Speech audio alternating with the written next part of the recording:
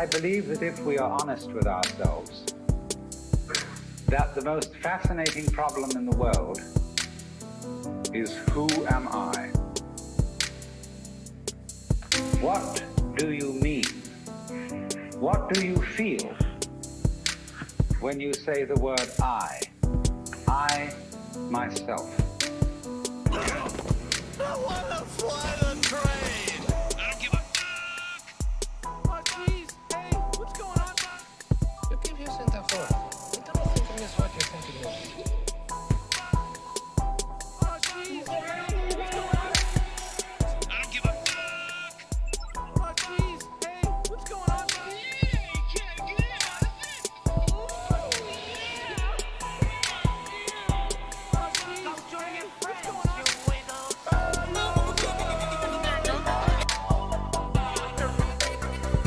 I think that I am familiar with the fact that you are going to ignore this particular problem until it swings up and bites you on the ass.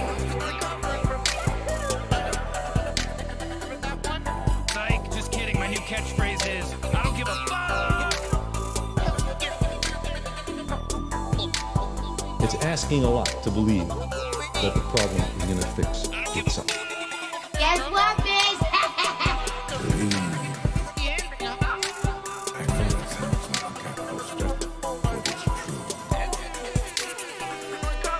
Our technology and our numbers have both reached a state where inadvertently we can pose a danger to the global environment, especially through the atmosphere.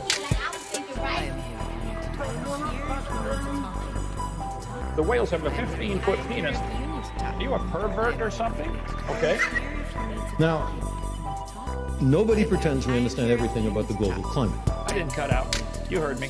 Google it yourself. There are feedbacks, some of which you warm the earth a little bit, and the tendency will be to further increase the temperature, so-called positive feedback. What I'm saying is the planet's on fucking fire.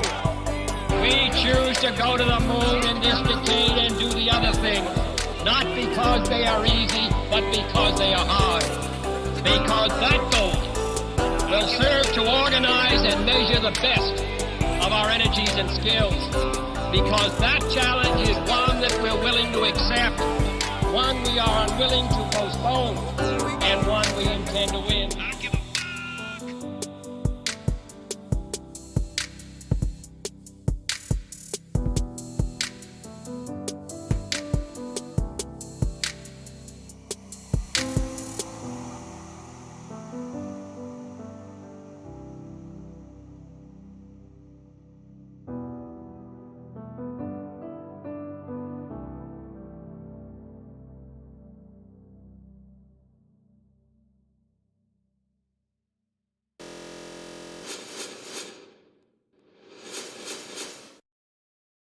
What's up, heathens? How y'all doing? Tonight, we have a pastor that is going to be educating us dumb atheists about how wrong atheism is. And he's only going to use the dumbest arguments in order to say that atheism is wrong and it's false and we should just give it up and suck Jesus' dick. That's what we need to do.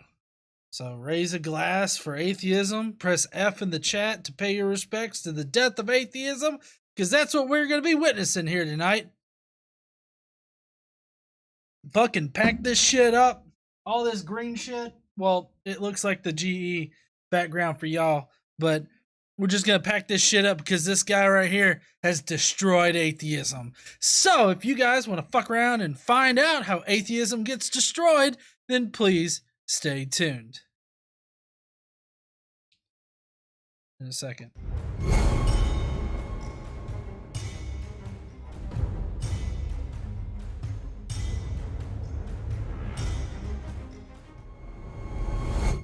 All right, heathens. Well, of course, just to let everybody know, all super chats and any memberships that we acquire here on this channel, a portion of that is a portion of the proceeds from all of that is going to go to a charity.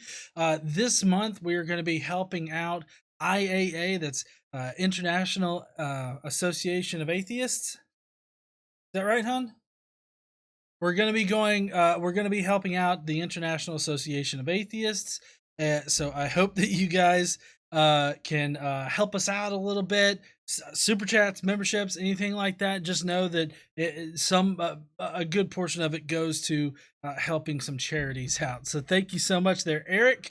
Oh crap! I'm so sorry. I forgot that I had to turn the notifications off last time.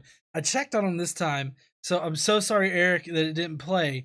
But Eric said, I guess it's too late to wish you a good St. Patty's Day, but are you ready for this weekend, the Sunday after, the Saturday immediately following the actual calendar date of St. Patrick's Day? It's my favorite holiday weekend. Not really. Yeah, I mean, I'm always ready for the weekend. I love my weekends. But so there's that, and then I just wanted to let you guys know that on Monday, this coming Monday, we're going to be looking at the comments that Telltale has received after the whole public school abstinence only sex education thing happened to his daughter. And I did sort of a deep dive on Facebook and everything like that to really gather some juicy shit that they've been going through and how Christians react to people pushing back against their privilege. So we're going to have some of that. And then next Wednesday, I haven't figured out a video yet, but it's going to be something fucking dumb. So be sure to tune in next week. We got a lot of great shit that's going to be coming on.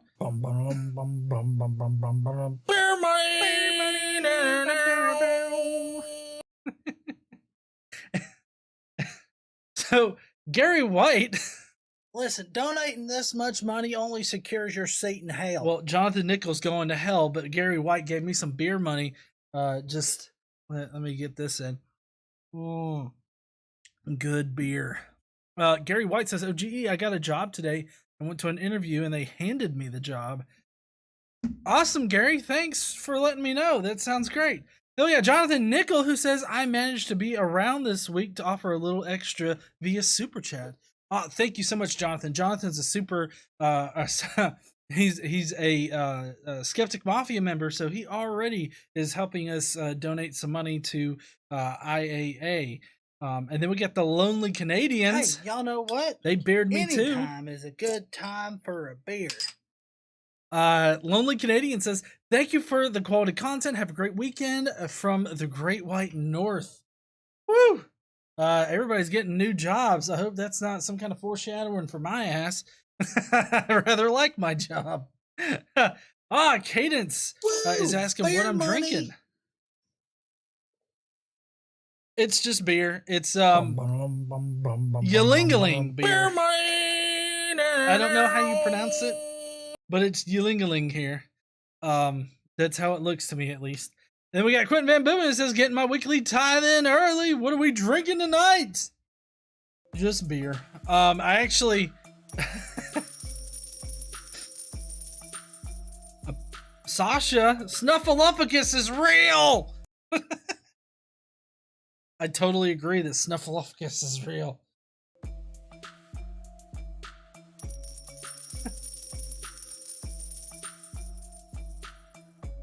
Yeah, I know. I was waiting for the thing to stop. You got your piece. Okay. Okay. Elizabeth says, fell asleep way early last week before I could donate. Don't judge. I'm oldish. And then we got Lisa for Truth that says that teacher should be fired and fined.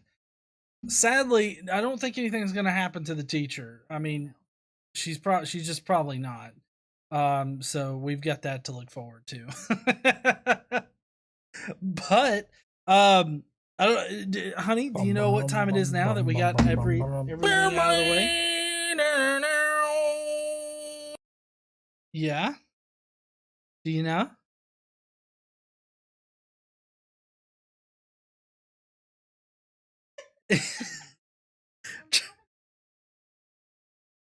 It's time for Today I Learned. Today I learned.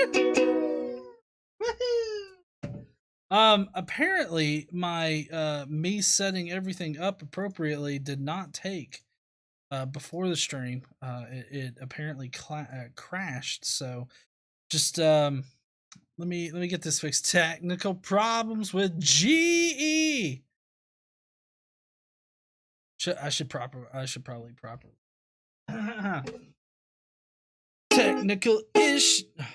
Technical problems with GE. Oh, what teacher am I talking about? Sorry, if you guys didn't catch the video that we premiered here on the channel today, we premiered a video where I responded to the teacher that proselytized to Telltale's daughter in her health class, pushing some abstinence-only type propaganda to her. I laid out the problems with abstinence-only sex education, along with some history on why that's not okay to do in, at least the way that she did it, why that's not okay to do in schools, as far as like the legality of it. It's very illegal to proselytize to kids using your position as a teacher during class time. So if you want to get more information on that, go and check out the video that we posted earlier today. It's shortish. It's about 16 minutes long, but there is a link in the description to the raw audio that Telltale used. So if you want to go and check that out, please do. We got Jamie Donating this much money only who's secures going to your hell. seat in hell. Friday with G and Casey. Oh, hell yeah. Woo! That's Then we got Casey's money. Little Cedar. They say gas station rubbers or something else sinful.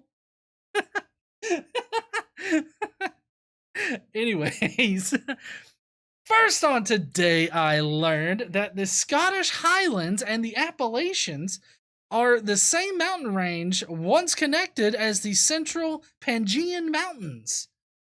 That's really interesting. I didn't know that. That's cool to know. Because, I mean, we were up in the Appalachian. What was Appalachian? Whatever. Sorry. But anyways, we were up there kind of recently, so well, it looks like we got a couple subscribers coming in, and then we got Dave Lee, who says, please turn Casey's mic up. Hearing her laugh at your goofy comments is an important part of my Friday night GE experience.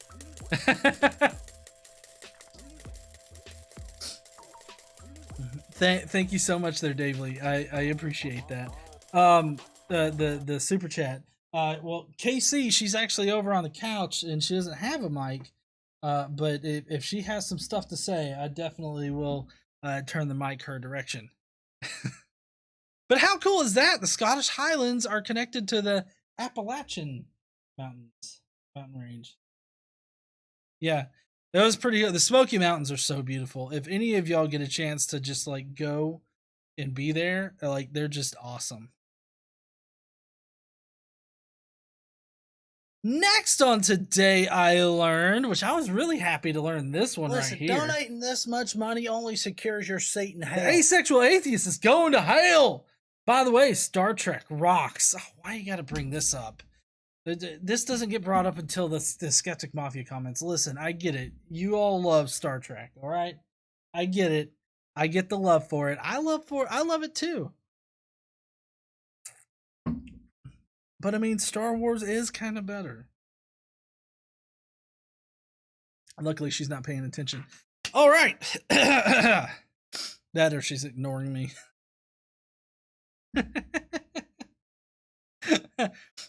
Today, I learned that the film Gremlins after the film Gremlins came out. Entertainment Tonight critic Leonard Maltin gave it a negative review. The director was hurt by the initial review, but later invited Maltin to film a cameo in the sequel Gremlins 2. They misspelt the Gremlins there.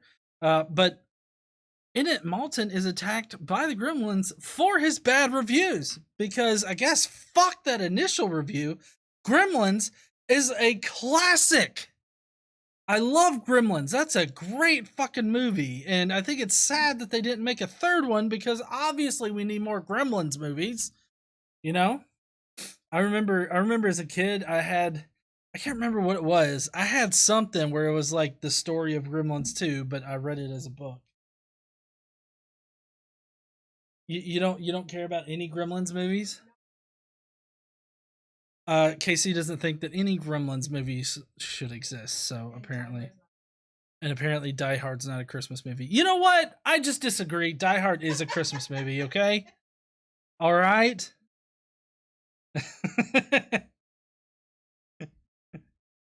Oh, man. Before we get to this last Today I Learned, I just want everybody to take a second. If you're enjoying yourself already, why don't you smash that like button? It really helps us here on the channel. I appreciate everybody being here, watching, getting ready to watch this dumbass tell us about atheism and how it's wrong. But if you can, just take a second and smash that like button like it owes you money. Just punch it. Don't punch your screens. Hold on. The lawyers are telling me right now that we cannot pay for anybody's screen that gets broke because you punch the fuck out of it, okay? All right. Finally, on Today I Learned that the Soviets, and this is scary as shit, by the way, okay? This legitimately scared me. The Soviets built a chain of remote lighthouses along the Arctic coast, each one powered by its own miniature nuclear generator. In total, 1,007 of these generators were put in place, several of which remain unaccounted for. I foresee a future movie where this fact plays a major part in the origin story for the movie. And it's going to be a horror movie that includes cannibal hillbilly Russians. That's what it's going to be. Cannibal hillbilly Russian zombies that are going to fuck with the United States in some kind of way. Am I not good at prophecy, honey? I think I'm pretty fucking spot on. It sounds like a bad movie. Anyways, that's going to be it for the comments Today I Learned tonight. But do you guys know what's next? Yes, comments of the day. Prepare to facepalm yourself in the next week. Last week I was making a bunch of references with movies in it. This week I'm just creating movies on the fly. Bear money. I deserve to be compensated if that legitimately turns out to be something that gets made, I think. Because you could cite this live stream right here for why I should be paid for it. Kirsten Kennerson says, I agree. Die Hard is not a Christmas movie. Now, Nightmare Before Christmas, on the other hand, is a great one. Apparently, Nightmare Before Christmas is a Halloween movie, according to my wife. I agree that both of them are actually great Christmas movies that you can watch at any point during the year because it's awesome. They're all awesome. All right, let's get to these dumbass comments. One day I'm going to say that, and then it's going to be like a good comment that I just so happen to wild-assly throw in there. All right, so first up, Sydney King says, atheism. Buying that one set of unobserved, unproven bullshit origin story is better than the other unobserved, unproven bullshit origin story. It was, because I feel like they have to be super drunk in order to make this statement. So, no, I mean, atheism is not buying any kind of origin story. It's just not being convinced by the evidence, which is something that we're going to get into here in a few minutes. But apparently Sydney doesn't understand what the fuck atheism is. In my experience, it seems like most Christians don't understand what atheism is. And then here's Glenn Jones on my video about Chris Yoon, who's the prophetic YouTuber who incorrectly prophesied that Trump would continue with the second term. And for that, he says, Gesundheit, for one. Dang, honey, you see Jesus? Yeah, she flashed into Jesus, and Jesus was like, ho, ho, ho, and did the foot thing from that Christmas story, and then knocked her back here. So glad to see you're back here, hon. Anyways, Glenn Jones says, you are delusional, is what he says. I feel like a good bitch kind of needs to be there at the end. Like, you are delusional, bitch. I feel like that's the caliber of the comment that we're talking about there. Then next up, John Drake has some criticism for me. Not constructive or anything. He just wants to shit on me. He says, that is the stupidest intro on YouTube. Oh, from earlier in the week? Oh, okay. What, you want me to cover those now? Okay. Hold on. Apparently I'm getting notification from my wife that apparently there's a couple comments that I need to read right now.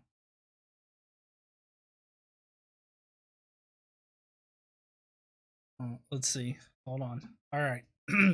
So I don't know about you guys, but I feel like my my intro is actually pretty unique and a lot of people like it. So I don't give a fuck what John Drake says. He can go fuck himself.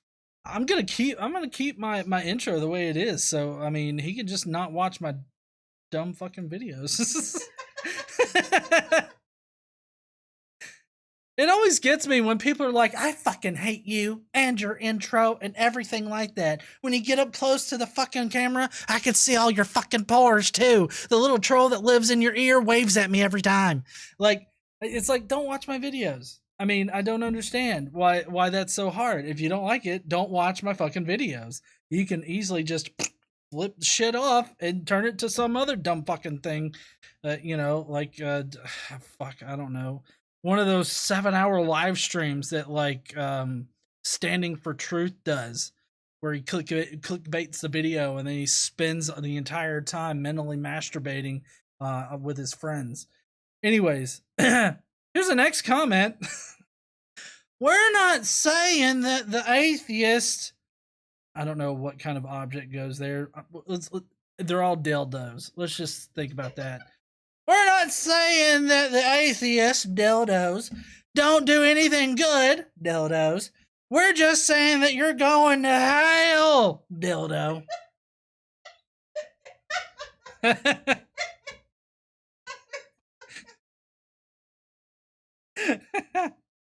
Anyways, thank you so much for just blatantly saying it that you think that we're going to be going to hell. That's fine. If you want to think that. It's a little weird on your part to you know, being like, you're going to hell. I always thought that was weird. Like, people that want to say you're going to hell. Like, oh, okay. I mean, do I get my own room? What's going on? Do they at least have beer? I got to share with you? Oh, okay. I don't mind sharing my room with you. I love you. I like being around you. I could stand being around you for eternity. Oh, she seemed to question that. She was like, "Thank you." I can't stand being around some people. Anyways, all right. Let's see what these two comments are. I have not seen these, so these are going to be surprise comments. I don't know what in the world. Oh, I have. Okay. Oh, so this is from the Facebook page. We posted some anti-Islam stuff this week. And anti-Catholic. I super pissed. Yeah, you did. She's super pissed off people on Facebook. So here, let me just go ahead and change the filter real quick on the mic so that, let's see. I mean, if you want to sit in my chair.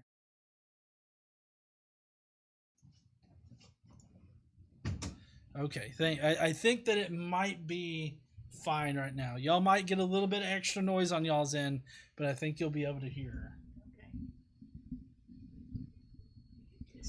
Thank you for pointing it right at my face. Well, I just want to make sure that I get all of your voice. I know. Okay. All right, here's Mir Saif, who says, atheism is good and everything else is bad, Lamau.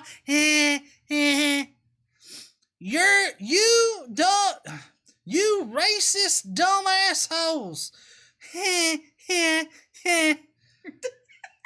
Bedsides, who are you to judge who what is bad good? Who the hell are you again? I done forgot. Shit, I've been drinking so much, I done forgot what you look like. Atheism is a belief just like other religions. Try to respect others' beliefs. I respect others, including those who are atheists or from different religions. Don't be dumb and racist, atheist. It was a lot. Wow.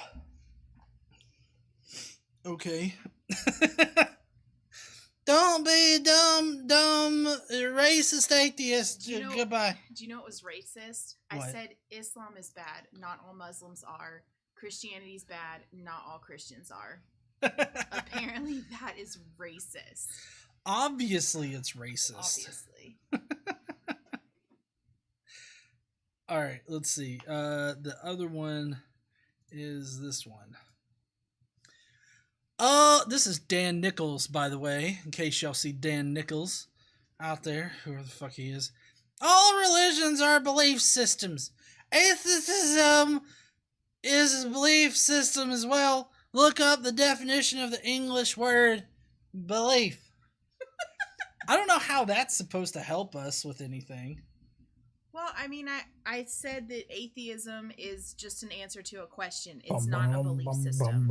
Right. Because there were other arguments that it was. So, Kirsten Kinnerson says, quick funny story. I was in a Catholic church for my grandma's funeral, and right as the priest started talking, I got a nosebleed. The timing was awesome. Sounds like you need an exorcism.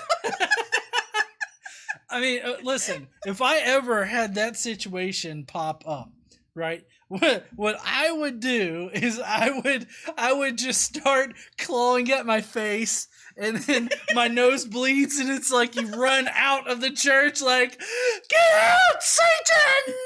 Get out! And I don't know, I'd freak him the fuck out. Of course, I'm the one that told Casey to draw a pentagram in her little sandbox at work. Because, huh? That was funny. She really didn't like that. Yeah, a coworker thought that she worshipped Satan, and so she drew. I told her just draw a pentagram in there. She won't come back and bother you. I did. She didn't, and actually, she went to work in another. She fucking left her post. She did. Like, listen, I gotta get the fuck out of here. There's a lady down there that practices witchcraft and Satanism, and she probably sacrifices kitty cats in her basement. Small animals to Satan. Yeah. She literally thought that. She did. Unbelievable. Anyways, I don't know why Satan. You know, it's weird. I love teleworking. My only coworker is an atheist. Well, here's the weird thing. I don't know why Christians are so afraid of like animal sacrifices. Right, their Bible's like riddled with it. Yeah, real. I mean, the entire Old Testament is about killing animal after animal to absolve their sins. Even them believing in Jesus is believing in a blood sacrifice and like being happy about a blood sacrifice. I don't understand. Anyways, Also, Quentin, I was not bullying anybody at work. This is somebody who literally came to me and said that I worship Satan. And I go home after work and sacrifice small animals to Satan. And like wouldn't change her mind despite the fact that there's no evidence that I do that and I don't. And so like I wasn't bullying her. No, I mean it was kind of so it's not like the woman had a sandbox on her thing in case it was mine. it was your sandbox on your desk. You just drew it there in case Nosy Nancy came in and was like, "Hey, I'm gonna just nosy on in on this Satanist, making sure she's not sacrificing cats at work." Eric Hamian said, "Atheism, a lack of belief in thistles." Yeah, I guess so. This has got the object thingy too. Dildo. You forgot to say the dildos. Dildo. Gotta get those dildos in. Y'all must have found like an ASCII thing on the internet that had the object deals. Anyways, all right. Do y'all know what time it is now? Shitty ass science. Yes, honey, it is. Shitty ass science. This much Look money at only it, secures your some safe science hail. is really wrong. Oh shit, Elizabeth Richardson's going to hell. Let's see. You only sacrifice the ones that don't get out of the road fast enough. You know, me being a southerner, I can agree with that. You remember that time I hit an armadillo and I cried? Yes, I remember it because I was in the back seat in GE and you were in the front. Uh-huh. And then we were driving home from some fucking thing. It was probably like a fancy dinner party. And then, there was one in the road and you tried to swerve to miss it, but you went right over it and it fucked it up. Well, it had already gotten hit, so it was kind of flailing around. It got hit by the car in front of me, and it was like flailing around, and I tried to swerve, but when I zigged, it zagged, and... Oh, I was thinking you were trying to mercy kill it. No. It's like, boom, oh, it's fucked. So, like, the idea that I could just kill small animals is ridiculous. I accidentally hit one with my car that was already dying, and Listen, I cried. donating this much money only secures your Gary Satan White's hail. going to hell. GE with Richard Pryor and George Carlin and Robin Williams would be a comedy dream team. I don't know about that. I mean, those are some pretty heavy hitters right there. This is not our shitty ass science. I don't know if you guys remember, but GE fucked up on getting all of this shit prepared. So we got some more technical problems with dipshit. Last week. That's what I was just explaining there, Casey. Oh, sorry. It's okay. It's all right. Brian Blackburn told me to stop sacrificing armadillos to Satan. Actually, satin. You know, you really shouldn't put armadillos near satin. I feel like the satin wouldn't survive it. You don't think so? No.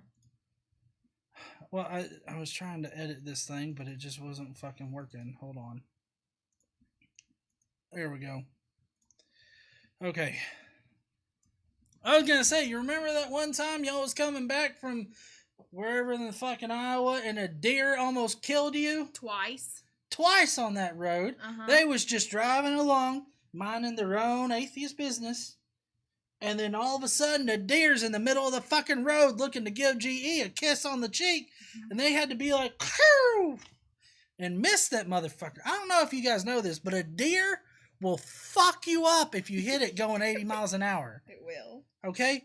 I have seen plenty of cars being taken out by a goddamn deer wandering into the street because of the encroachment of men on their natural habitat. Anyways, how did this bunny grow so large? Holy fucking shit, what the hell? That'll feed a whole village right there. That's not a bunny. Jesus Christ. You know what it looks like to me is that bunny from Donnie Darko. You know what probably happened is that bunny from Donnie Darko fell into one of them portals, them time portals that's in that movie, the Donnie Darko movie. Anyways, he fell into a portal, and then for some reason he grew to gigantic proportions because back in the dinosaur times, there was a lot more oxygen here, right? And so, anyways, the Donnie Darko bunny falls into the time portal, enlarges because there's more oxygen, and then he just sort of walks around the early Earth as if he was fucking Godzilla. Money. That's not a bunny. It's a Godzilla thing. Yeah, it's a Godzilla bunny. It's exactly what the fuck it is. That's not a bunny. Let's see. Cream of Primordia says, what do you call a reverse exorcism? It's where the devil tells the priest to get out of the child. Oh, that's so bad. Oh, shit. That's true, though. Kirsten Kennerson says armadillos carry leprosy. Well, fuck, you did the world a favor there, Casey. We don't have to talk about it. Okay. So, Quentin Boven says, what amount is it again to make KC say I blew my load? I think... I can't remember. I can't remember that one either. I think that it's either five or 10, or $4.99 or 10 or $9.99 will definitely get you. So maybe you should just hit that up repeatedly. I think it might be the $4.99 one. I'm not sure. Or I know the one that gives KC money is $1.99. So that's your cheapest bet right there, really. Anyways, Yes, I'm cheap. That's just not true. No, that is definitely not true. That fucking house that y'all are buying, shit. Anyways, Mind your business. You've got a room. I know I do. Yeah, it's right up there next to y'all's recording studio where I can hear all this fucking atheist shit and stuff. Mm-hmm. Anyways, yeah, so this was a giant kaiju in the shape of a goddamn bunny rabbit back in dinosaur times, which, as we all know and agree, was about 5,900 years ago. Okay, that's when dinosaurs roamed this earth before we hunted them all to extinction. I know, because we all went to the Creation Museum and we had a fucking blast about it. I'm the only one that gained scientific information. They was all laughing at the goddamn dinosaurs and the fucking cowboys and dinosaurs that Ken Ham thinks actually roamed the earth. That's because it was funny. It's backed up by information that I'm sure that he has somewhere. That is the last time we have seen Telltale, isn't it? Yeah, actually it is. Wow, it's been too long. It has been. We got to meet up with them. I know. Probably I'll have to bring a bat so I can beat off all the other dipshits up there. Anyways, moral of the story is don't be a dipshit, and this is a giant kaiju in the form of a bunny that fucked up our earth and probably did away with all the dinosaurs, because it was like, who are you gonna chase now? And he starts hopping towards them, and he shoves the T-Rex up its ass, and he fucking uses his asshole as a cannon to blast the T-Rex off the face of the earth. I don't know. I think this throws a kink in the kank for their what's his fucking name? Gene Kim. Oh, Dr. Kim. This definitely throws a kink in the kank for Dr. Gene Kim there, because this does not factor into the whole satanic dinosaur thingy. Anyways, I hope that you guys learned something. Thank you for coming to my Christian TED Talk tonight. And I guess that I will let GE get back to you as soon as I can figure out all this shit. Anyways, all right, I'll see y'all later. Y'all are going to hell. Bye. Woo! I'm not exactly sure what kind of fossil this is, but it definitely looks pretty awesome, if I could say so myself. But yeah, no, I think that this looks great. Like I said, I'm not exactly sure what this is. Somebody in the chat, I thought, said that it's like a dinosaur jaw something or other from underneath. Oh, that would make sense. I mean, it definitely looks like part of the mouth or something. Somebody said it's a whale head. Oh, a whale head. That would be cool. Abraham Lincoln says it's the bunny's pee-pee. No, this is definitely a whale penis. I mean, look at that thing. That's at least 15 feet long. Yeah, look, I'm serious. It's a whale penis. Look, because you got the balls down there. They're hollow now because the balls are organic and shit, or fleshy. And then you got the whale peen that just stays erect all the time. And as Kent, I can see now why the whales would need those little leg and hip and pelvis things, because just waggling that around in the dark has got to be fucking frustrating. Anyways, not sure what it is. It might be a whale, it might be something else, I don't know, but it's downright interesting. So I think that we're going to go on ahead and get to the response video now. That's probably a good idea. So this guy has some interesting special effects for tonight's video. It was pretty. Yeah, well, I mean, his background moves and changes and shit with what he's saying. He's also got some text that pops up on the screen. So, I mean, we'll investigate that. Fair money. Oh shit! We got Daniel M who says, and the guy is filling in for the hands. I don't know what that means. I'm not sure what you mean there, Daniel. Sorry. Anyways, all right. Let's go on ahead and get into this video. Honey, are you ready? I'm ready. All right. He's only got dumb fucking arguments, so just keep that in mind, y'all. I want to start out my point by saying I love atheists. Just like I love my Christian brothers and sisters, I love atheists. I believe that atheists are sons and daughters of God. They're beloved children of God, but I do want to combat. I like how he immediately starts out with like, listen, I love atheists. Y'all are like my brothers. I love you. But also God loves you because fuck you and your beliefs. I mean, I feel like that's a bit of a cynical way to take his opening statement here, but you know, I feel like saying that God loves atheists is just ignorant of your own Bible. Because if you don't remember, in the Old Testament, God specifically hates people that don't recognize him as the supreme God of the universe. He specifically hates these people so much. He tells Moses, Abraham, Joshua, all of them patriarchal fucks to go and kill people that don't believe in him, to conquer them. And it's not just like armed men and everybody that's going to attack them or that's going to get attacked and killed. No, even small children, young boys, the only valuable person in a society back then, I guess, as far as from the Israelites conquering them kind of view, would be the little virgin girls that have not, that are virgins. The little virgin girls are the only ones that seem to have any kind of worth because of the fact that they're virgins. It's gross. It really is. So no, I don't think that your God loves me. I think that he would actually prefer me to die and burn in hell. I mean, that's what Abrahamic religions say. Yeah, well, true. That's just what Abrahamic religions say. But considering his channel is Be a Saint, and that's why it says Beast on his shirt. I was wondering what that was. It stands for Be a Saint, and that's why it's got a halo so funny. You know, on the that is A. clever, though. I mean, I have to give it to him. That is a clever shirt design. It's pretty clever. I gotta admit, it's pretty clever. But anyways, I really don't think that his God would like me. That guy could go to hell for sure.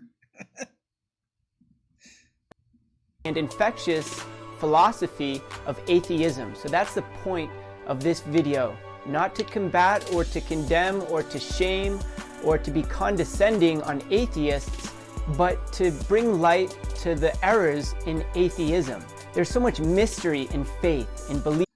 I'm so glad this hit, because I feel like he's like one of the hip pastors that's like, hey guys, I can totally talk like you kids do.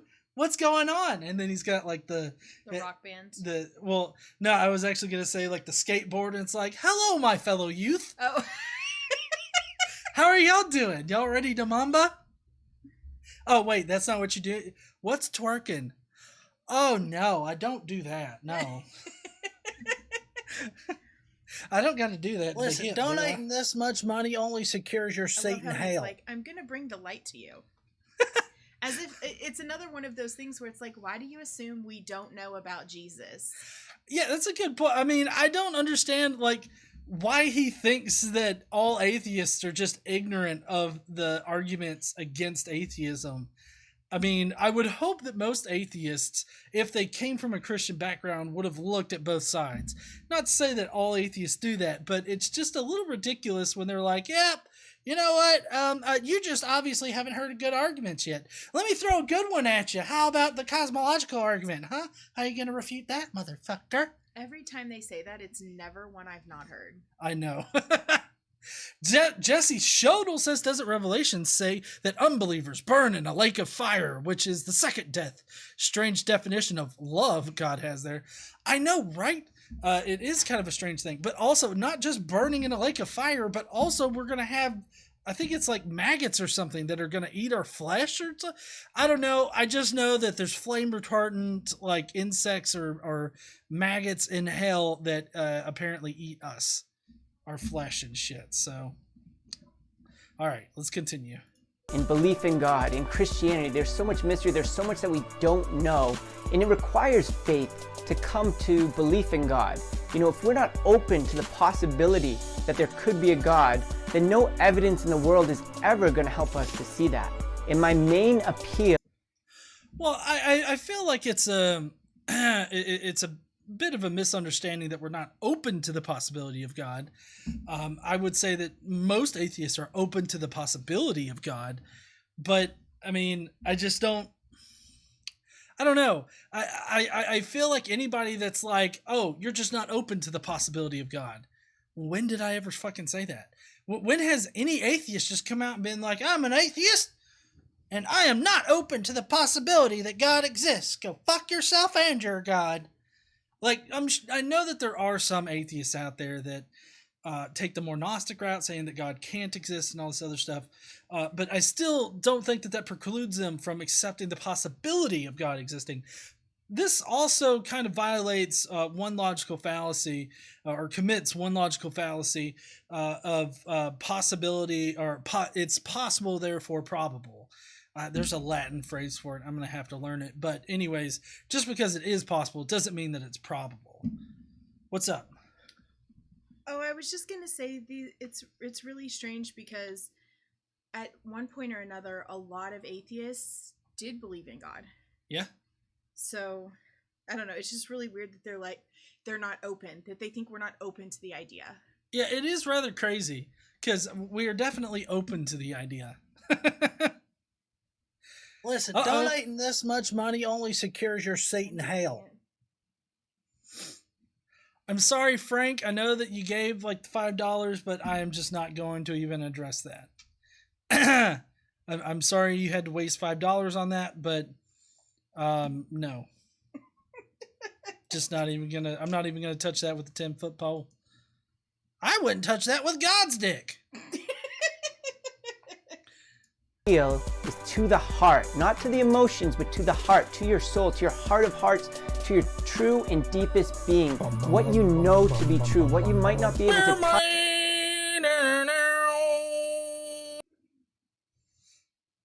Bell Gareth says, can a God exist? Yes. Can the Christian God exist? Hell no. Pun intended. Exactly. I agree that I don't think the Christian God exists, but as far as like a God in general existing, I think that's possible, but unlikely. But definitely the Christian God doesn't exist. Touch and feel and measure, but you know and I know truly exists. So what he said right there, in case you guys didn't really hear it, maybe I need to go back and replay it. God, then no evidence in the world is ever going to help us to see that. And my main appeal is to the heart, not to the emotions, but to the heart, to your soul, to your heart of hearts, to your true and deepest being, what you know to be true, what you might not be able to touch and feel and measure, but you know and I know truly exists. In case you guys weren't able to read that or whatever, he says that there are things that exist that we can't prove to exist. Things that we all know exist, but we can't actually physically touch and actually know exists. I'm just kind of curious why he thinks this. Because like if you can't describe something in reality, then it doesn't exist in reality. And basically what he's saying here is that there are things in this reality that exist, but also don't exist at the same time. I feel like he's proposing a Schrodinger's object, right? A Schrodinger's thing that just sort of exists and doesn't exist at the same time. Because if you can't describe something in reality, then there's no reason to think that it does exist in reality. Like you could think of, a unicorn with 3 backs or something like that. Just we can know it exists in the same way that we can know that God exists. We can't physically, test God. We don't have any empirical evidence for God, just like the 3-backed unicorn. We got a new member. Oh, shit. Chrismer became a new member. Thank you so much, Chrismer, for coming back to the Skeptic Mafia. Awesome. All right. He's about to go into some real dipshitty stuff. Let's start with reason, logic, and intellect. You know, we wouldn't be having these discussions or having any debate at all if we didn't believe and know that truth exists, and we can begin to approach it through the gifts of reason and logic and intellect. You know. Okay, but none of that means that God exists. Just because reason, logic, and intellect like we can use those things doesn't mean that God exists. I would like a fucking citation, if you would, for why intellect, reason, and logic prove that God exists. That would be really awesome if you could do that. I really don't think that you can, because all you can do is baselessly assert and speculate that God is the one that had to do it. We got a new member. Fucking the Lonely Canadians became a new member. Welcome. Also, Woo! Bear money. Damn, Lindy Cash became a new member too. Bum, bum, bum, bum, bum, bum, bum, bum. Bear money. Daniel M says yes. We got a new member. Daniel M says yes. Chrismer, welcome back. Dave Lee says, what the fuck is the Heart of Hearts? I don't fucking know. I've always wondered what the fucking Heart of Hearts is, but I can only imagine that it's just some kind of dipshit Christian thing that they say.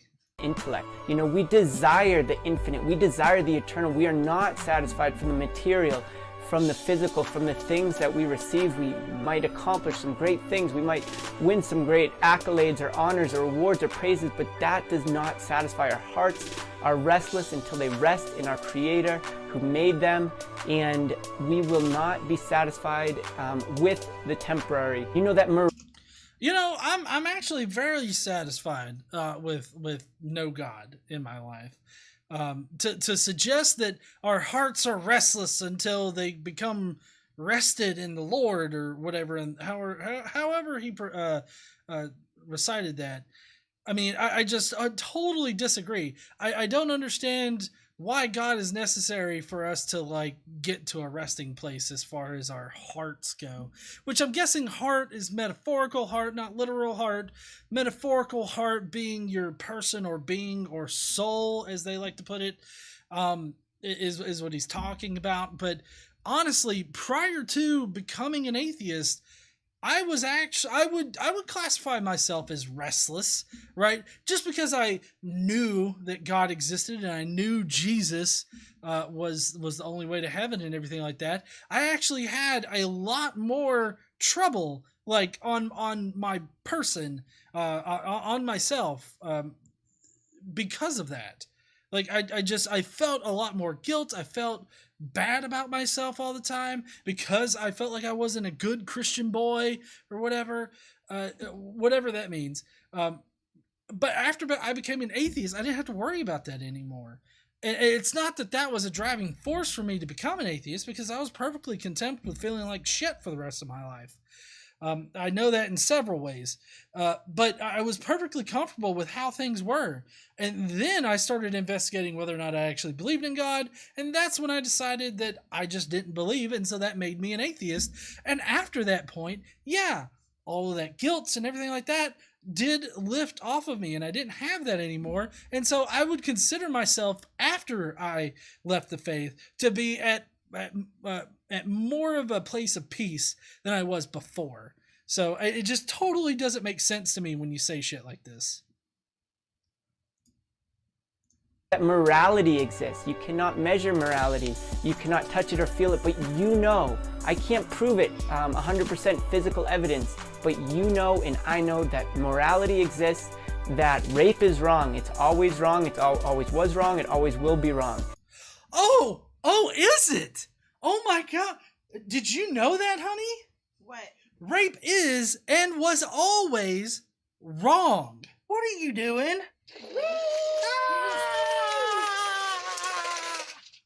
I blew my load. Brian Blackburn found the blew your load one. It's the $9.99. It's $9.99. You learned in your brain of brains that God ain't real. That's fucking right. Thank you so much, Brian. But in any case, it's really funny to me that he says this when in the Bible there are ways in which you can possibly rape a woman and actually come away with a wife, right? Like it doesn't in the Bible. It's very ambiguous as to the complete circumstances around, like deflowering a young virgin, whether or not there was consent involved. It doesn't really know. Julie Wine and Reason says, keep up the good work, y'all. Love from Memphis. Oh, hey, that's pretty close to us there, Julie. But yeah, thank you so much for the super chat. But to say that rape is and always was wrong kind of violates a lot of the things in your Bible, okay? Because to say that, you would have to be saying that God was wrong in Numbers 31 when he told Moses to go in and take all of the little girls, all the little virgin girls, as spoils of war for the Israelites, right? This is a type of sexual slavery. And I know that there are some Christians out there that think that marital rape can exist or doesn't exist, but it does. Okay, so it's really fucking weird to hear it from a Christian that rape was always wrong when it seems like God doesn't exactly command it to happen, but he definitely sets up the circumstances for the Israelites to be able to rationalize their way into it being a good and moral thing. Like, I've heard Christians at several points actually say that it was a good and moral thing for a woman to marry her rapist. And it's like, how fucking dense do you have to be in order to think that? I mean, it's so crazy. Shit, he's going to say something about Mother Teresa here in a second. I just know it. If there was evil in this world, it would be her. Yes, Mother Teresa is an evil bitch. That's right, honey. Was, yeah. She did. She did. Wrong, it always will be wrong. What Hitler did was wrong. There is a difference between Hitler and Mother Teresa. We know this. If morality exists, there must be an objective moral standard. Well, when he says objective moral standard here, what he actually means is absolute moral standard, okay? He doesn't mean objective, because you could be objective about your own moral foundation. That doesn't mean that your moral foundation is absolute. What he's meaning here is an absolute foundation that's grounded in God. Now, the problem with this is that the Christian moral foundation has changed over time. So because it's changed over time, it therefore cannot be absolute and therefore cannot be grounded in God. Unless God is, always changing his mind about shit, I guess. I guess then maybe God could be grounded in a subjective morality, but then it would be hard to determine what is our own subjective morality or what is God's subjective morality. Ultimately, you're still relying on some asshole who claims to speak for God to tell you what is right and wrong, and you're just supposed to listen and believe his shit. And the problem with that is that you're no longer making decisions for yourself. You are allowing somebody else to make decisions for your life and then just unquestioningly following it. And I totally disagree with that. But also, to compare Hitler and Mother Teresa, I mean, I don't think that it's a fair comparison in general. It's rather stupid. But to say that, like, we can be objective about Hitler, right? We could say objectively Hitler was a bad guy, a bad dude. But we can say that because we can objectiveness is attained when you step outside of your own moral foundation and you honestly judge the situation without, trying to involve your bias in it towards your moral foundation. So, I mean, you can be objective about it, but I would also say that Mother Teresa was objectively a bitch. Okay. She was a bad person. She had the whole idea that pain got you closer to God. Okay, so she made people suffer. She made people suffer. That's right, hon. That's where I was trying to go with it. She actively made people suffer because she felt that got them closer to God somehow. So you know, all of the good work that she supposedly did was really just allowing people to die and forcing them to die in some of the most painful ways. That she would withhold pain medication, she would withhold anything that would ease their suffering, and she would make them suffer and die because apparently that got them closer to God.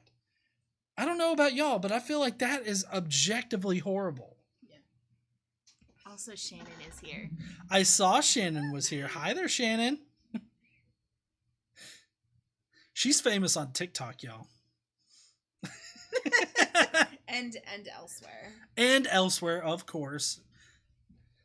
Desires for the infinite, they exist, they are there, just like we desire sleep or water or food or intimacy or relationship. You know, babies in orphanages were dying and they didn't know why. It was because they weren't being loved and they weren't being held.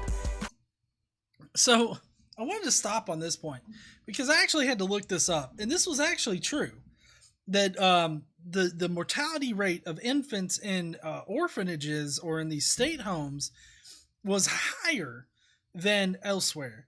And they didn't know why, but it was because they weren't being properly like held and cared for. And so babies need that kind of close contact with one or two individuals.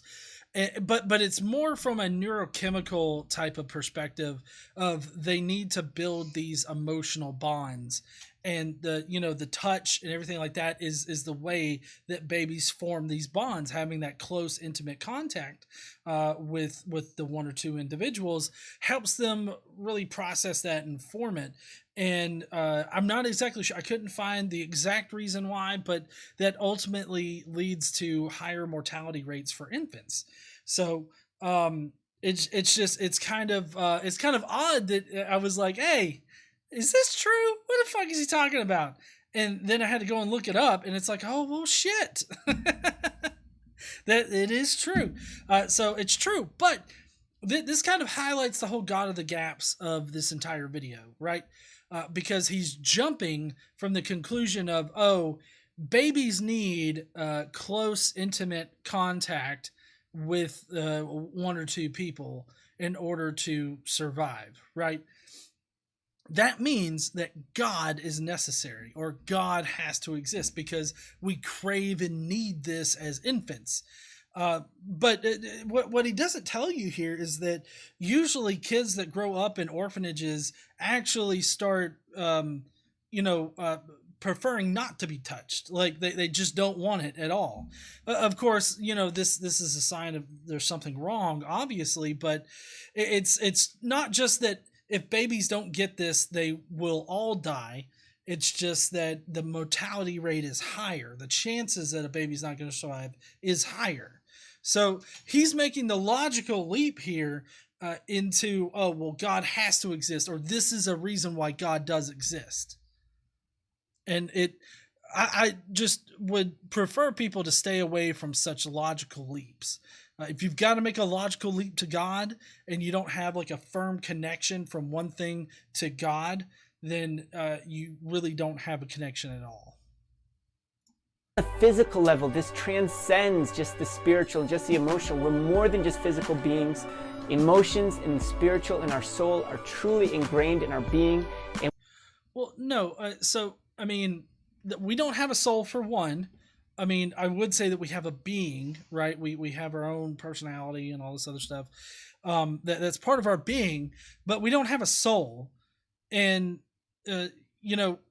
just because all of those things exist or we need all those things doesn't mean that a God exists. This is another one of those logical leaps. He keeps making leap after leap after fucking leap. You would think that he's, what's that Olympic game where you get the pole and you gotta leap over just a fucking tall ass thing?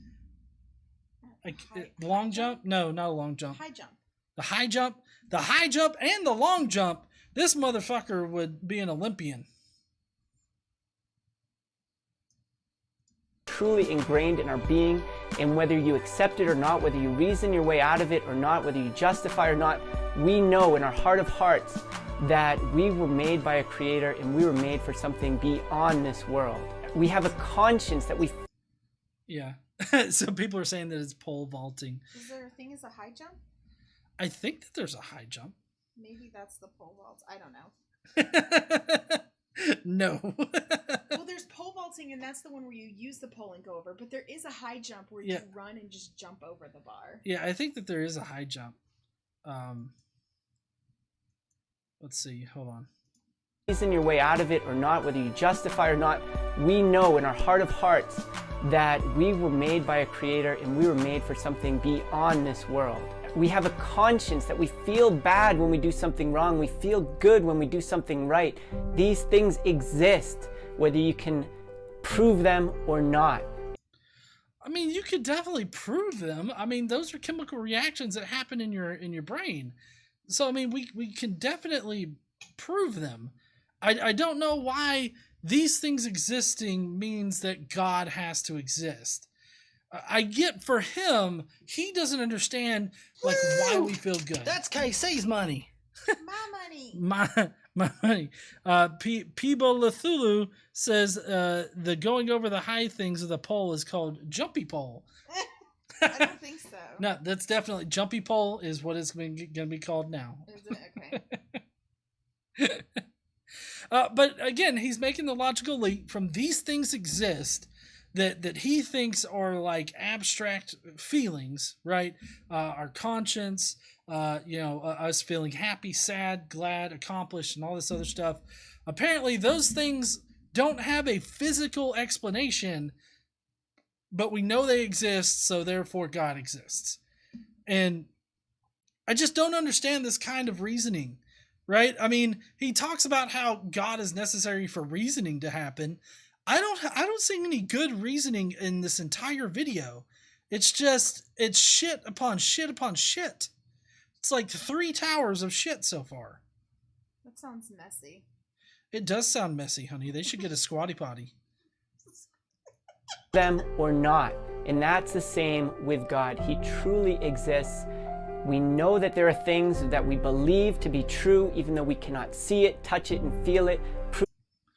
Okay, so it's so very, for one thing, okay, the background music, it distracts me. I don't know if I just have like a little bit of ADHD or something like that, but the background music's distracting.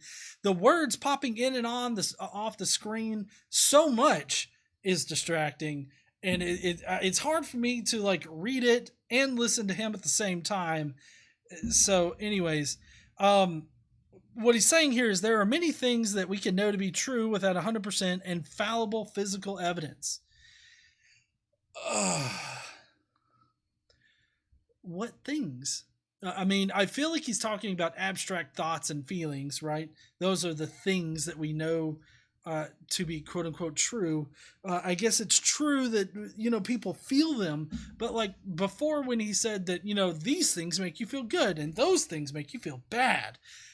But those things and these things are different for everybody. You know what pisses me off? What pisses you off, honey? All fucking capital letters with random lowercase i's. Fuck off with that nonsense. Well, I think that's probably the font. Pick a different one. Pick a different font, yeah. But I'd still hearken back to the beginning of the response here when I say that if you can't physically prove something to exist in reality, then it doesn't exist in reality. Like, for instance, our thoughts and feelings, they exist in reality because we exist in reality. So there's no way that they can't exist in reality. Now, the things that we think about don't exist in reality necessarily, but our thoughts do exist in reality, not the truth of those thoughts. So, I mean, I don't know. I feel like this guy is taking these things that he thinks are abstract things with no connection to the physical world. They do have a connection to the physical world, but he thinks that they don't. And therefore, that means that God is possible and definitely exists because these things also exist. On that note, just because one thing doesn't exist in reality doesn't mean that another thing absolutely has to exist in reality. unless there's some kind of causal connection between the two, that where one would cause the other to exist, you know? So I don't know. It's just, fuck this entire video.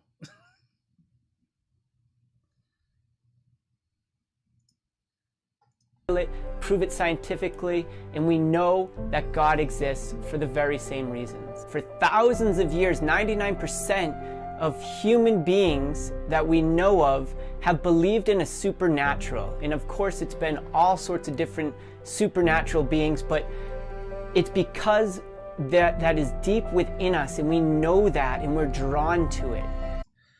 No, we're drawn to just explaining shit however we can. If we gotta make up some, like, scrawny ass hula, or not hula, but what's the Hawaii, like, skirts? Hula skirts, grass skirts. Hula skirts? Uh-huh. Okay, hula skirts. You know, just because at one point in time we thought that there was a scrawny ass hula skirted guy in the sky that, you know, controlled the rain, does not mean that means that a God in some kind of respect does exist.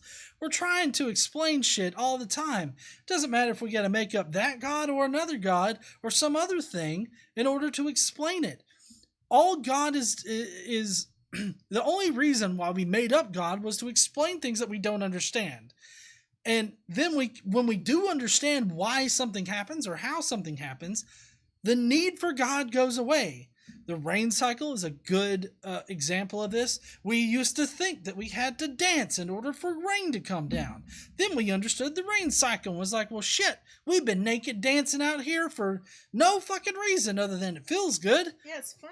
Yeah, I mean, you don't need any other reason than that, but it doesn't cause rain to happen, right? So we did away with that. And every single time we thought something was only caused by God, we later figured out that it wasn't caused by God.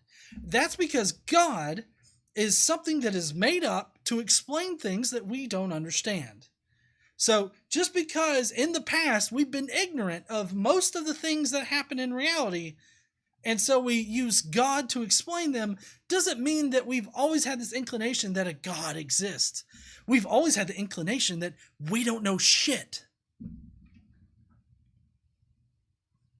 And then you get some, like, pompous big dick guy walking around the fucking village, and he's like, yeah, I got your answers right here. Fucking God did it, motherfucker. Sacrifice a cat in order to please this guy. Remember, you got to rip out the entrails and burn them into a crisp because God loves the smell of freshly burnt flesh. To it. You know, we can't explain it. We can't understand it unless God reveals it to us, unless we have faith. But that doesn't mean that it's not true. There is no... It doesn't mean that it's not true if the only way that we can know God exists is by already accepting that God exists and having faith that God exists. If that's not the biggest load of bullshit that I've ever heard. It's not true. There is no contradiction between faith and reason. They're like two wings of a bird that lift our spirit to the Almighty, to the eternal, to who we were made by and to who we were made for.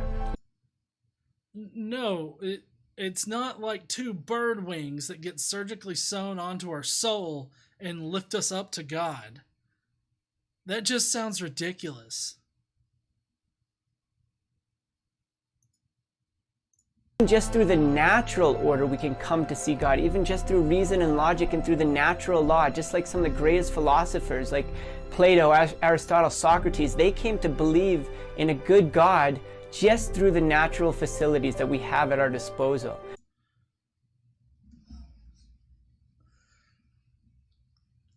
But it wasn't your God.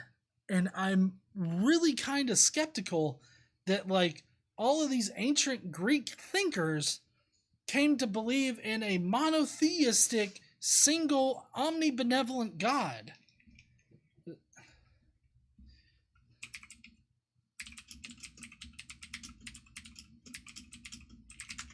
Let's see, what was, let's see, there was Epicurus. who said something. That's not. Let's see, Plato. Let's see. According to utm.edu, to Plato, God is transcendent, the highest and most perfect being, and one who uses eternal forms or archetypes to fashion a universe that is eternal and uncreated. The order and purpose he gives the universe is limited by the imperfections inherent in material.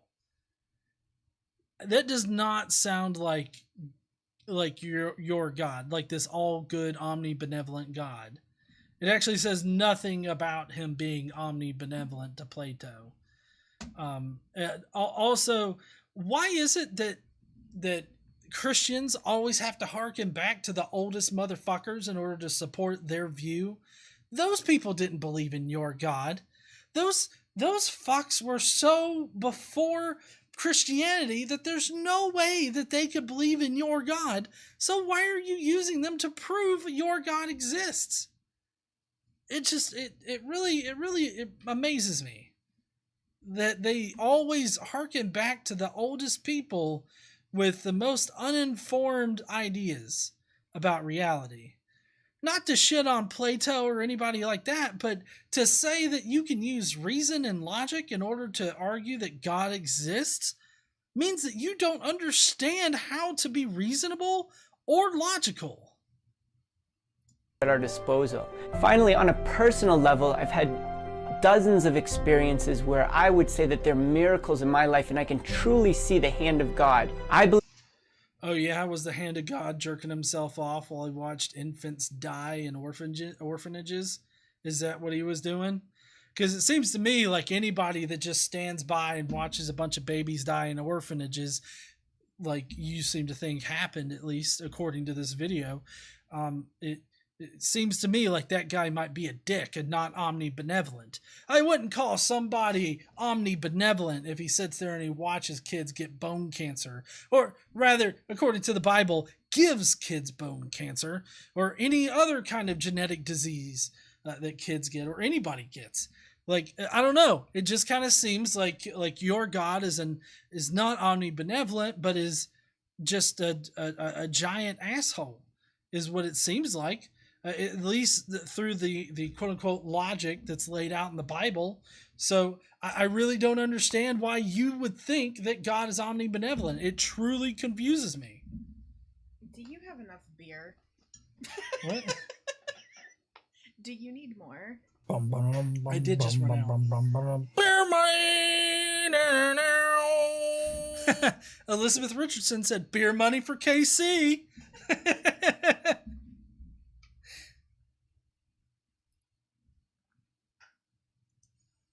Of God. I believe in God because I know him, I have a personal relationship with him, I see him in his creation, in all that is true, good, and beautiful.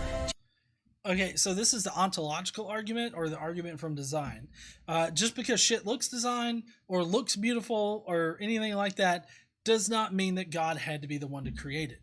We have natural explanations for how things developed here on the earth, or how life became as diverse as it has become here on earth. So once we have a natural explanation for some process or for something that happens in reality, that at that point we no longer need God in order to explain it. Maybe at one time the ontological argument was convincing to people. I'm sure it was. It had to come up at some point. Hell, the ontological argument is convincing to some people now, which I still don't understand that. But the fact is that just because you perceive design does not mean that it actually is designed, because we have natural processes to explain it. So we don't need a designer for it. Like I said, the worst arguments ever against atheism. I think, we don't need to take any of this down. If this is the caliber of what destroys atheism, we're fine. I mean, This is like throwing down a magic card that's like a 0-0 that just doesn't do anything. It just fucking sits there. It's that ichthyosis or whatever card. It's a 0-1 blobfish that just sits there and does fucking nothing because it's useless now. And that's exactly what this video is. So it's actually fine right now, leaving all this up and everything.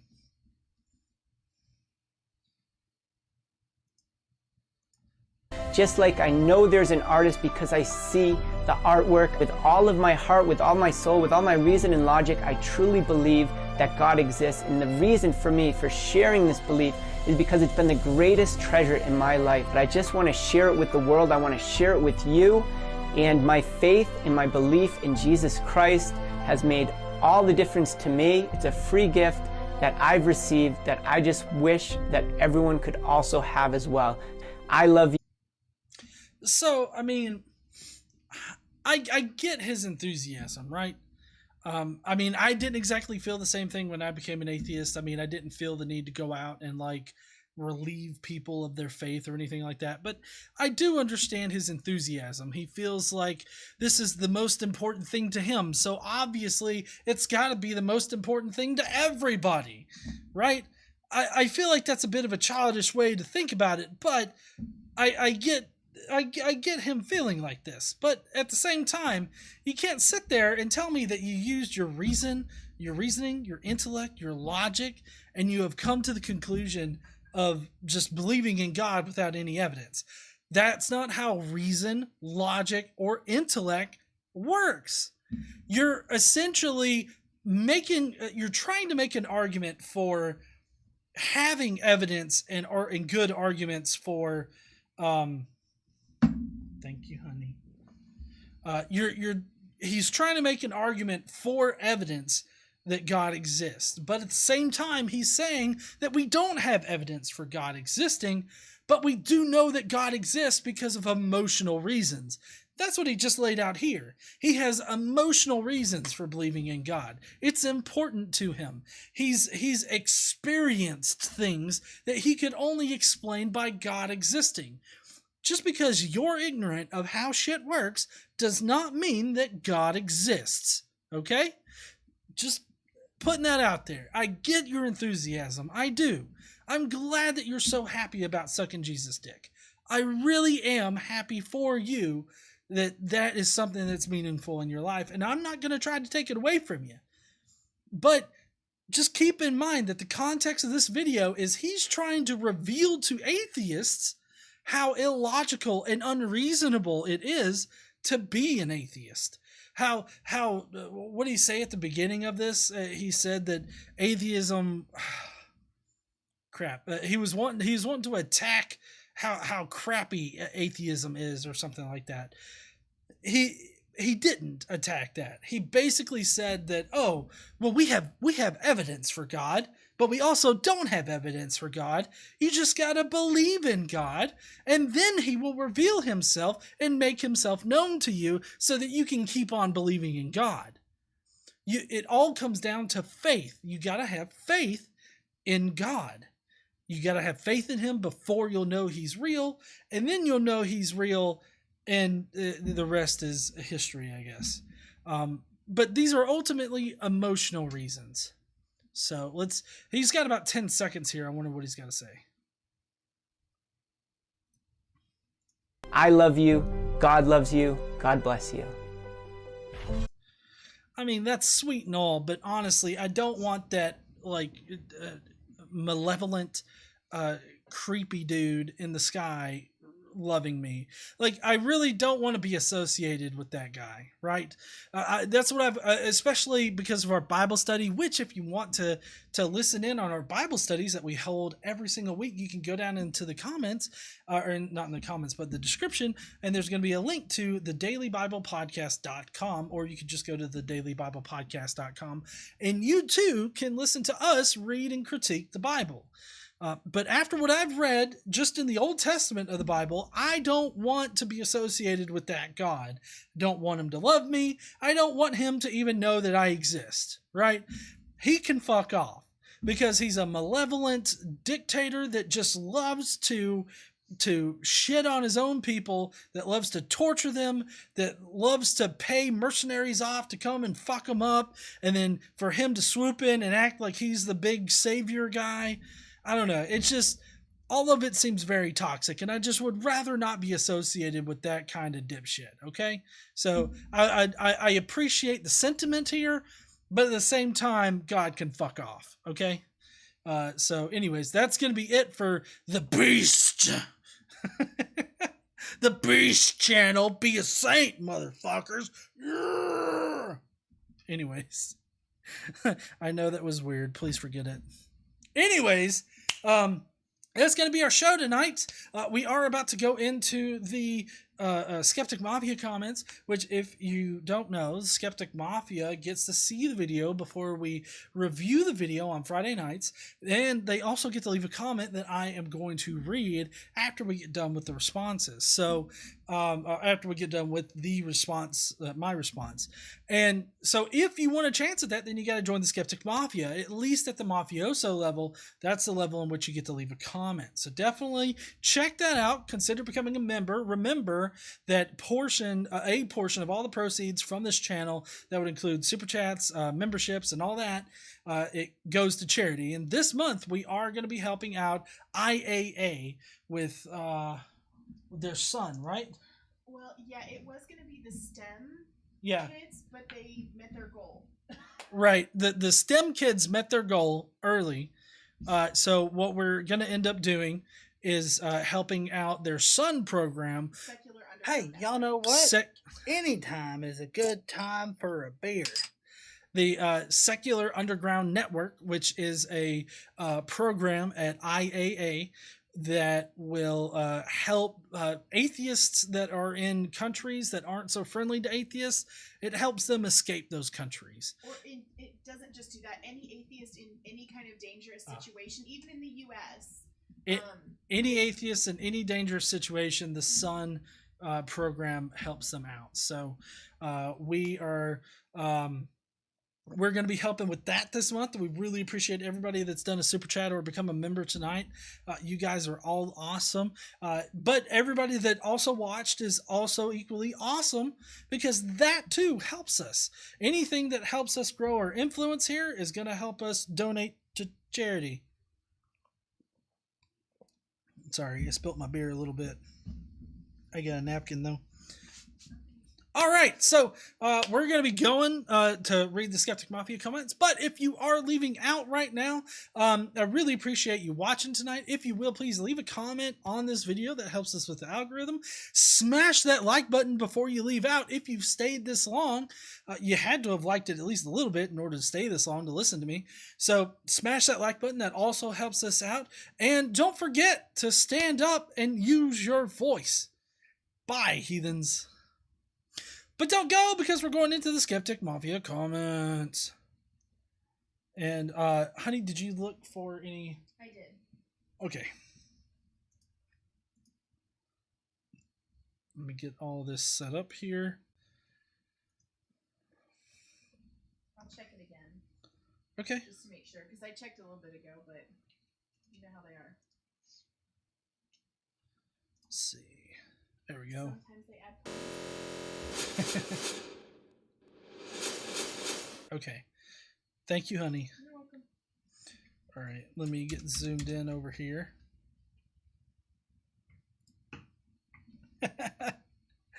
So, let's see.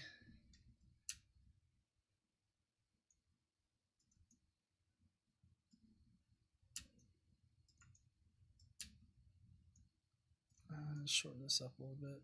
Right there. Okay, there we go. Perfect. All right, so first up, we've got Chrismer, who joined back up tonight. Thank you so much there, Chrismer. He says, all in all, this guy was one giant, wait for it, fail whale. And that's all she wrote. If you like this kind of content, go ahead and lick that like button, subscribe, and go ahead and join the Skeptic Mafia, where you can get GE to say things like this: Star Trek is superior to Star Wars. Love you, KC. Mm-hmm. Thank you, Chrisman. Daniel M. says, it is a lot of the same arguments. I'm glad he loves all of us, even though he doesn't know us. He brings up love and says that it's proof of God. However, there are many animals that have evolved to stay together as we have.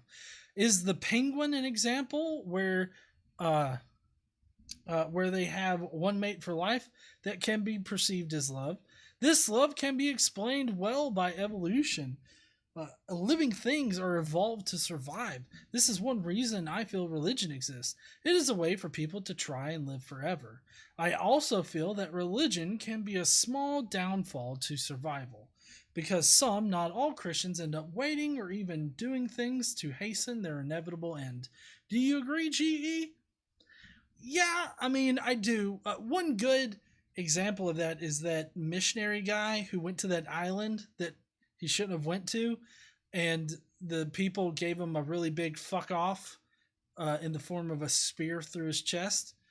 I definitely believe that sometimes they hasten their inevitable end.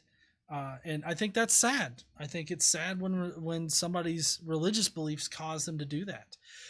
One thing that makes me furious is when parents refuse to give their kids diabetes medicine, like the insulin.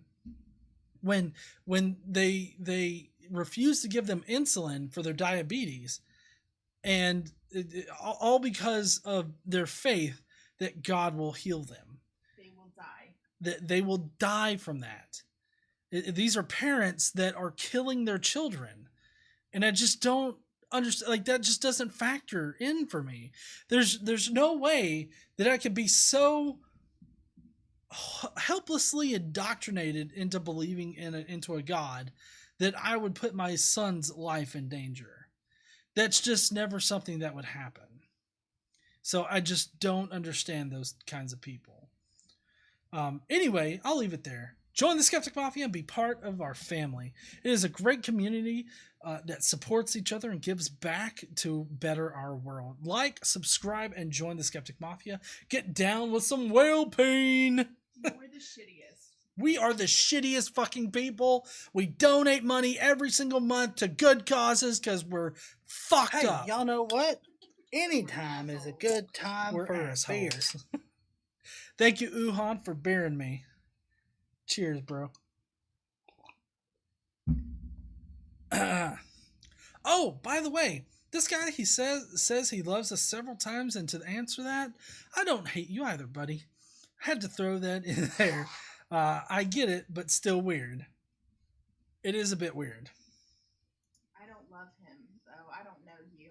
You could be an asshole. Yeah, he could be an asshole in real life and just portraying some non-asshole character. So I mean, he could be a super nice guy. I just don't know, and I'm You know, just going to tell you I love you. at least, listen, if you could say anything about me, at least I'm an asshole to your face. Okay? All right, Michael W. Roble, he says, first of all, my heart doesn't feel anything except that time I had a small heart attack. Ugh, so sorry there, Michael.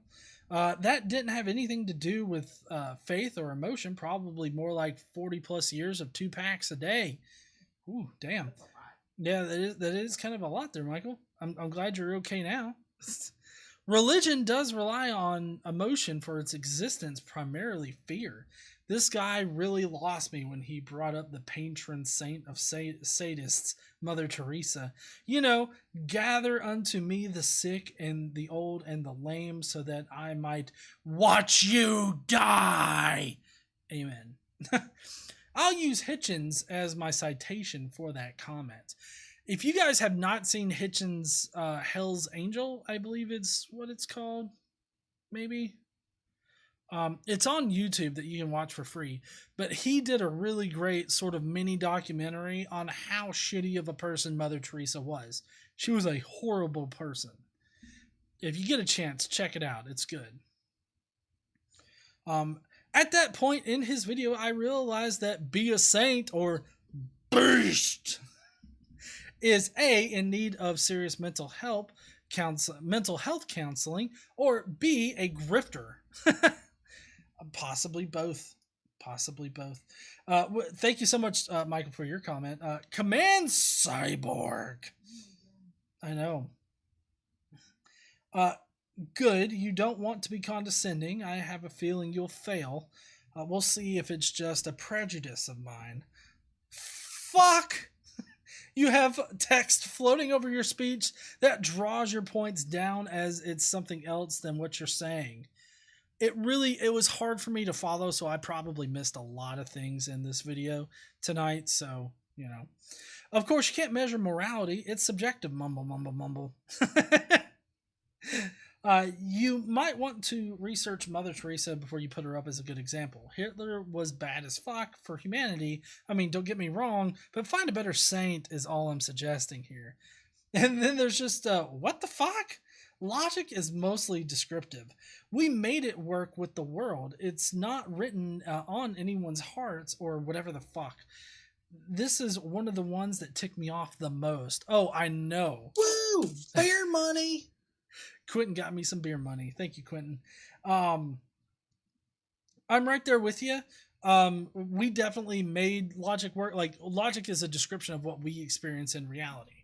That could change at any moment when we find something that breaks a law of logic, and then we have to refactor it to make it work with what we know about reality. We have to do that in science all the time. So, you know, it just doesn't ever make sense to me when they think that the laws of logic are grounded with God. Artwork, fart work. There's too many nested fallacies here to list. Let me just put your God here in the gaps of your own personal credulity. What's that? Apparently there are no gaps? Well, I guess there's no room for said God then. Sorry, my dude. Smash all the buttons, like, share, and all the rest. Join us, mafiosos. It's good fun. We can play with the whale peen, fail whale. And a lot of other stuff. And it's good for a good cause. GE might want to tell you about it. Enough said. Transmission terminated.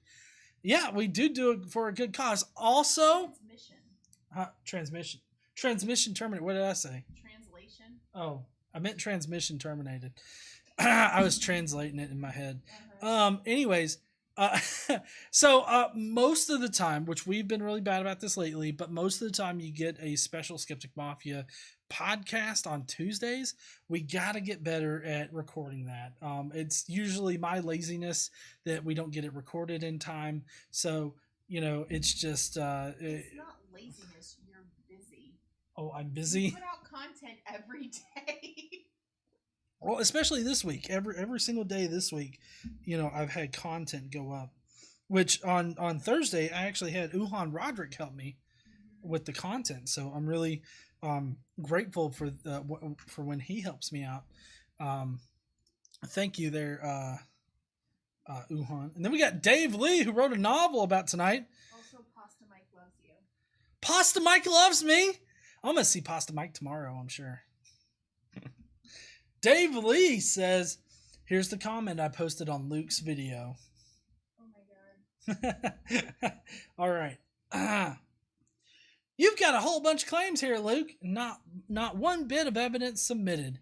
You said rape is wrong. You and I agree here. Please tell me where your God is when kids are getting raped by priests, Luke. If God can cause miracles, why are altar boys still getting raped by priests, Luke? You and I both know that you have no answer to this. You said Hitler and Mother Teresa were different. I agree. Hitler, who was part Catholic and part Jew, convinces cult underlings to murder millions.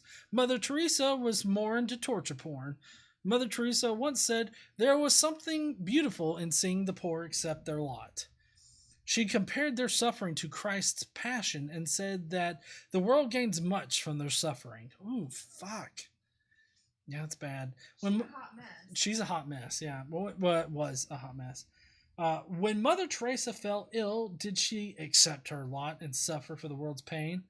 World's gain? No, Luke. She went to the hospital and got medical treatment. She was a monster, Luke. You also said there is no contradiction between faith and reason. Really, Luke? Really? There are two prominent uses for the word faith. 1. The colloquial small f faith, meaning confidence based on past experience. I have faith that my car will start today because it has started every day for the past few hundred days. I also know that the life of my car battery will end at some point and it will not start one day. My car is on its 3rd battery, so I'm not just making this up. The first 2 car batteries lasted about 6 years each. Whew. One time I had to buy about 3 batteries in about a period of like maybe 2 weeks. But that's because the mechanic didn't realize that my alternator was bad, which was fucking with my battery. So I had to come back and buy like 3 batteries. Also, something that hindered me is that I was in high school when this happened. So I was royally fucked for money. 2. Religious, large F faith means to pretend. Example, I have faith that God will come down out of the sky and right this wrong or hand down this justice, etc. But kids are still getting raped by priests, Luke. Where is the God Almighty, the Almighty God, Luke? Can you please use your reason/faith and explain this one to me? Explain this to me like I'm 5 years old and I don't know what a God is, please. I think you're wrong about all this faith or pretending stuff, Luke. Evidence, not apologetics, could convince me otherwise, but you didn't submit any. Good point. All right. Drew's book reviews. Thank you so much there, Dave, for your input. I can't speak for other atheists, but here's my take. 1. Atheism may be wrong. There may be a God. To believe otherwise, I feel, is also a claim that must be proven. I can't prove God does not exist. Therefore, I remain open to the possibility that God does exist. But until and unless clear, undeniable evidence must be presented before it can be accepted as fact. 2. Some things are true even if you can't prove their existence. Again, a claim that can't be proven. But this in and of itself is not a reason to accept those claimed truths as truth. But I would argue it's enough to not be closed-minded about the possibility. That does not mean accept it's true without evidence, however. 3. We desire the spiritual and are not satisfied with the material. Well, speaking for myself, I am quite happy with the material, especially every time I get book mail or walk into a bookstore that leaves me very satisfied and quite happy. Strange how reading a book can make me happier than I ever was in any church. Why not our desire for God? The assumption in the question is everyone has a desire for God, and that is objectively false, unlike his subjective truth. Morality is and has always been subjective, not objective. The Bible he preaches from is evidence of that on its own. 5. I don't know anything to be true without evidence, period. 6. Appeal to popularity is not an argument for the existence of anything. I do remember missing that one. He did appeal to popularity pretty hard. Anyway, I think I've made my point, I think. I don't know about you, but I will keep on reading. Got lots to read if you saw my book haul live stream yesterday. Yeah, so definitely go check out Drew's channel there, Drew's Book Reviews. He does a lot of great content over there, so definitely check that out. Vanta Blue! And his argument fails as soon as someone says, my desire is for there to be no God. Just because morality exists doesn't mean it has to be objective, which is also correct about truths. Some truths are objective, measurable, but some are donating subjective. This much money only secures your seat in hell. Thank you there, Hellbound Hillbilly. I appreciate it. Having a conscience isn't a definite truth for everyone. It relies on empathy, which some people lack. Narcissists and sociopaths, for example. It takes amazing faith to ignore evidence. Let's just stop there. People in ancient times believed in gods, plural, because they hadn't figured out a lot of the world yet. We have figured a lot more of it out now. I need another drink. No, 2. Thank you there, Vance. I appreciate you. Cadence. He said, it requires faith to come to the belief in God. Yeah, that's about right. Is it just me, or does the tone and pace of his voice sound like every other brainwashed Christian speaking about things they know nothing about? Accurate? Yeah. That's about right. Jonathan Nickel. Jonathan says he starts out by love bombing atheists, then tries to give objections to atheism. He is right that Christianity requires faith, but that's not a strength. It actually counts against the Christian position. Any belief which requires faith should be rejected for that reason. He then tries to shift the burden of proof whilst appealing to emotion. No, I don't know your story is true. Quite the opposite, in fact. I would describe the Bible as one of the longest mass-produced toilet rolls that humans have ever invented. No, I know, damn. No Christian has ever come close to convincing me of the truth of their claim. Truth exists by definition, but that does not mean that what he says is true. His job is to prove that. I don't desire any eternal.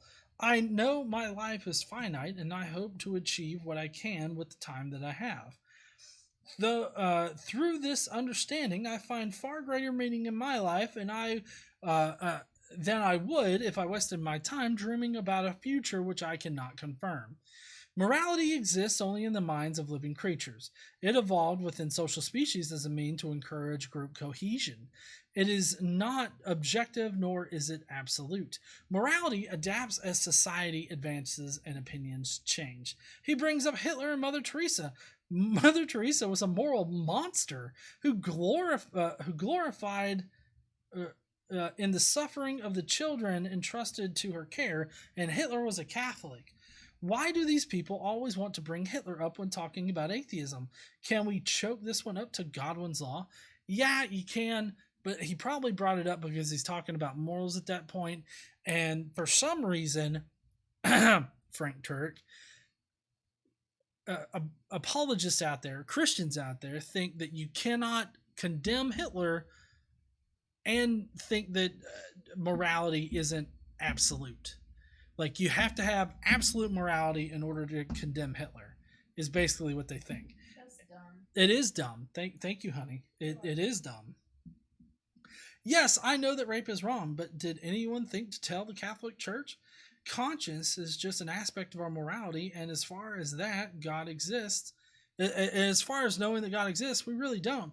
He finishes on an assertion salad along with continuing to try and shift the burden of proof. I'll leave it there and check my bingo card. You probably won something there, Jonathan. Thank you so much for your comment. Yeah, I'm pretty sure people have told the Catholic Church it's wrong. Yeah, you think? Yeah. Gary White says, okay, he needs to do more research before making a video. I felt like walking into the kitchen and making a sandwich before this video ended. Sandwiches are delicious. As the great teacher Luke Skywalker once said, amazing. Every word that you just said was wrong. Yes, Luke Skywalker was an amazing teacher. You know what is also amazing but not wrong? Hitting that subscribe button. Once you've done that, you can Jedi mind trick that like button and force choke the fuck out of that notification button so you get notified of new videos, provided that YouTube actually cooperates for once. If you want to fight the evil Christian empire, why not join the Skeptic Mafia? It's tiered and more affordable than getting power converters at I don't know how to pronounce this. Tosche Station. I can't remember how they said it in the movie. Anyways, may the force be with you, and don't forget to stand up and use your voice. Also, Star Wars is better than Star Trek. Whatever. It's not. You're just wrong. I'm wrong. Objectively wrong. Trickster says he says he is going to talk to my heart, but I would really prefer he talk to my brain instead. What we want and what makes us happy does not make any of this real, just feels over reals. He brings up morality. Big surprise. First off, morality is abstract and fits perfectly with evolution of a social species. No gods needed. This guy was obviously preaching to the choir, as he has not presented anything to not only prove a god, but to prove his god. Just more feels over reals and baseless assumptions. Want to convince me of a god? Bring me some evidence. Like, subscribe, and share. Join us in the Skeptic Mafia and be part of something special. Stand up and use your voice. Then the love you 3,000 hearts. I think that's one of my favorite emojis. Yeah. I like it too. The Ruined Warrior says, was he actually saying something? All I could hear was his droning. I know. Woo! That's KC's money. Uh-oh. That's your money, honey. Urban Imposter says, just reading this dude's video description just gave me a headache because a god who is madly in love with you, yet according to most Abrahamic holy books is an incompetent genocidal maniac makes sense. Makes sense, yeah. And then Jonathan Hanchek just says, ding, ding, ding, dipshit. I added that last bit, but anyways. All right, let's see if we can head back over. Oh shoot.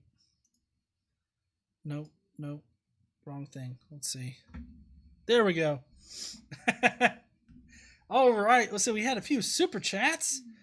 Uhan Roderick said that he quietly snuck in there, and he also said Christmas lies. Star Wars is superior. Just FYI.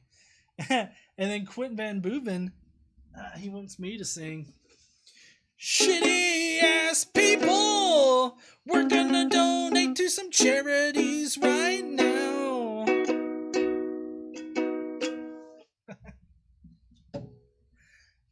And then Hellbound Hillbilly says, my starter went out at work tonight, so I left an hour early, but here's $5 anyways. Thank you, Hellbound. I appreciate it. Then Uhan Roderick says, Star Trek sucks. I'm gonna give him a timeout. Uh-oh. KC said that she's gonna time you out there, Uhan. You best watch out. You go and sit and think about what you've done. Let's see. Normally I take some questions at the end, but we are running a bit late tonight. We're just about at 2 hours. So I don't know. I can maybe answer a couple questions in the side chat. Uhan says, I'll do the Mafia pod edit if you can get the raw part recorded. Well, it's not the editing part that's the problem. It's the recording part. So it would still be a little difficult, I think. See, Drew's book review says, well, I am checking out for the night, everybody. Bye, Godless and KC. Okay, yep, he's probably not here anymore, so oh well. All right. I think that I'm actually gonna have to go because I need to get Xander put into bed. I'm sure he loves these late Friday nights, but gotta get him put down. So I will see everybody tomorrow. So just to let everybody know what my schedule is kind of like this weekend, it's a little jam-packed. Tomorrow on Tart, there's the Ultimate Debate Championships that I'm going to be part of. I'm going to be debating at first this guy named Sid Garth on whether or not God exists. And so we're going to be doing that. And then if I happen to win that debate, then I will go on to the next round, which I don't know if I'll win or not. But you know, I'm going to be doing that tomorrow, and then on Sunday I will be I'll be hosting the line with Matt Dillahunty. This is going to be me and Matt again. I hope another crazy ass person calls in because that was just fun last time. I always have a good time with Matt on the line. So we're going to be doing that tomorrow on Sunday. So I hope that you guys are going to enjoy this this next week. So you know, I'll see you guys on the various channels and stuff. I'll be sure to share it out whenever I'm going to be on those things. So just keep watching the community tab. If you liked this stream tonight, definitely smash that like button. We've actually got more likes than viewers right now. So that's actually pretty impressive.